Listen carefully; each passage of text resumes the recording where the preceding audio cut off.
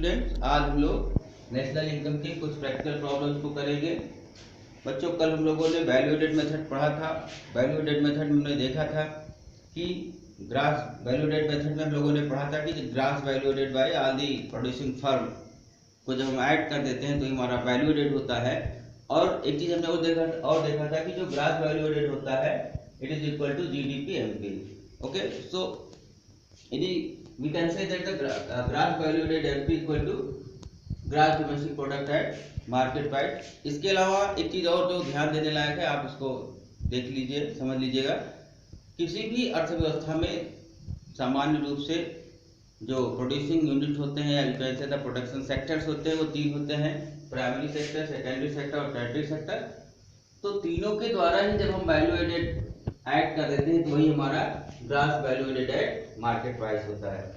तो हम अपनी पहली प्रैक्टिकल प्रॉब्लम्स लेते हैं जो आपकी रेफरेंस बुक संदीप गर्ग के अलावा जो रेफरेंस बुक है उसका एग्जांपल नंबर 1 है। उसमें आपको वैल्यू एडेड निकालना है जो हमारे फर्म ए और फर्म बी हैं। जो जैसे उसमें दिया गया है, sales by firm A to household, sales by firm A to government, purchase by firm A, sales by firm B, purchase by firm A. तो सिंपली इसमें क्या करते हैं, चूंकि हमने देखा था जो वैल्यू एडेड होता है वो value of output minus intermediate consumption होता है। तो first of all we would like to determine the value of output. और वैल्यू ऑफ आउटपुट क्या होगा, यहाँ पे क्या करेंगे, first plus second and third इसको हम ऐड कर देंगे और उसमें से माइनस क्या करते हैं, इंटरमीडिएट कंजप्शन। इंटरमीडिएट कंजप्शन क्या है, परचेज।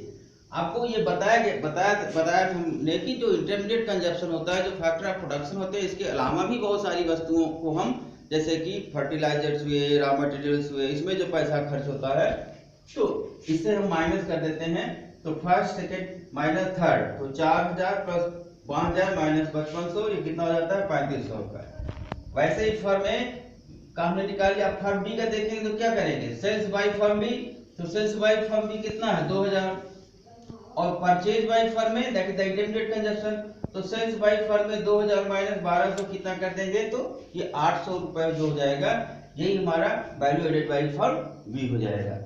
एक दूसरी प्रैक्टिकल हमने लिया है जो एक्सरसाइज के क्वेश्चन नंबर 48 है, जिसमें हम एनएनपीएफसी, इनकम मेथड और वैल्यू एडेड मेथड दोनों से निकालने का प्रयास करेंगे। इस एग्जांपल को हमने इसलिए लिया हुआ है क्योंकि इसमें दोनों था, तो मैंने सोचा कि आपके लिए ये ज्यादा उपयोगी हो जाएगा। इसमें दिया क्या गया है, जो एंट्रीज दी गई है, value of output by primary sector, value of output by secondary and tertiary sector, intermediate consumption by primary sector and secondary sector and tertiary sector, compensation of employ, NFIA, operating surplus, depreciation, NIT, interest, mixed income and profit, rent. Let us discuss how we calculate this. First, we would like to determine the NNPFC by value added method. बच्चों, अभी हमने पढ़ा कि summation of all the producing units is determined as GDPMP। तो आप देखिए यहाँ पे पहला क्या है, प्राइमरी सेक्टर, दूसरा सेकेंडरी, तीसरा value added by tertiary sector. तो इन तीनों को ऐड करेंगे तो हमारा क्या हो जाएगा, ये हो जाएगा value added first second plus third. लेकिन चूंकि इंटरमीडिएट कंजप्शन भी दिया है तो इसको माइनस भी तीनों के द्वारा जो इंटरमीडिएट कंजप्शन किया गया। अब बच्चों जब हम इतना निकालते हैं तो हमारा क्या होता है, ये होता है जीडीपी एमपी। हमें निकालना क्या है, एनएनपीएफसी। अब हमें जाना कहाँ है, एनएनपीएफसी पे। यहां तक हमने जीडीपी एमपी निकाल लिया। अब जब जीडीपी हमने एमपी निकाल लिया तो जैसे ही हम प्लस ऐड कर देते हैं, 8वें पर क्या है, एक नंबर आपका है एनएफआईए, तो क्या हो जाता है, ये हो जाता है जीएनपीएमपी। हम माइनस डिप्रिसिएशन कर देते हैं तो हमारा आ जाता है एनएनपीएमपी। और जैसे ही हम एनआईटी माइनस करते हैं तो ये पूरा कंप्लीट हमारा क्या हो जाता है, ये हो जाता है एनएनपीएफसी। तो कितना हो गया, 600 माइनस 200 माइनस 10, एनएफआईए प्लस होगा क्योंकि यहाँ माइनस 10 दिया गया है तो प्लस माइनस माइनस होता है, तो ये माइनस 10 हो जाएगा। डिप्रिसिएशन हमारा माइनस 40 है और एनआईटी हमारा 20 है, तो ये 600 minus 200 minus 70 equal to 330। So 330 is what, it is the NNPFC by value added method. Next आगे बढ़ते हैं अपने सेकंड पार्ट पे। NNPFC by income method. NNPFC by income method जब निकालते हैं तो आपको ध्यान देना है, जब एनएनपीएफसी बाय इनकम मेथड हम लोग पढ़ रहे थे उसमें हमने देखा था जो हमारा compensation of employ plus operating surplus plus mixed income होता था, या क्या होता था, ये होता था एनडीपीएफसी। तो इसमें सबसे पहले चूंकि हम एनडीपीएफसी निकालते हैं तो हमारा कंपनसेशन हो गया,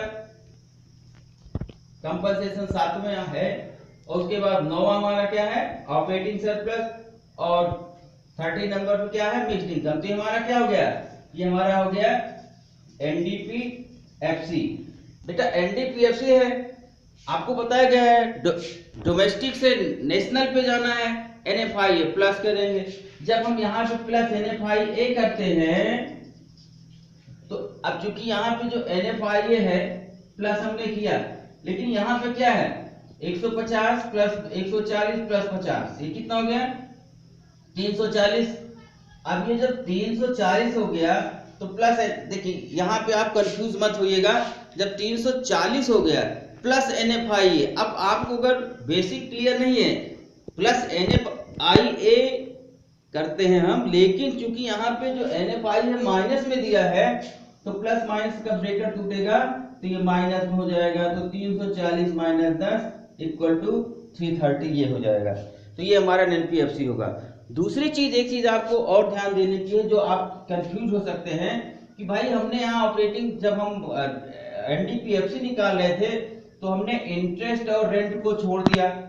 भाई वो इंटरेस्ट और रेंट को इसलिए छोड़ दिया because interest and rent are already included in operating surplus. जब हम ऑपरेटिंग सरप्लस के कंपोनेंट पढ़ रहे थे तो उसमें हमने देखा था कि ऑपरेटिंग सरप्लस क्या होता है, rent royalty plus interest plus profit. So because यहाँ पर ऑपरेटिंग सरप्लस भी दिया गया है लेकिन उसके साथ साथ इंटरेस्ट और रेंट भी दिया गया है, तो बच्चों यहाँ पे आप सावधानी बरतेंगे, जब भी ऐसा हो आप ऑपरेटिंग सरप्लस को प्राथमिकता देंगे। रेंट इंटरेस्ट रॉयल्टी अगर ये सब टुकड़ों टुकड़ों में दिए गए हैं तो इनको आपको छोड़ देना है। तो बच्चों ये प्रैक्टिकल प्रॉब्लम था जिससे आपके कुछ कॉन्सेप्ट क्लियर हो। यद्यपि इतने कम प्रैक्टिकल्स में कॉन्सेप्ट बहुत क्लियर हो जाना इतना आसान नहीं है, फिर भी अगर आपको कुछ समझ में नहीं आ पा रहा है, कोई दिक्कत होती है तो आप नीचे कमेंट बॉक्स में जा करके पूछ सकते हैं और हम आपकी जो पूरी क्वेरी है उसको सॉल्व करने का प्रयास। ओके।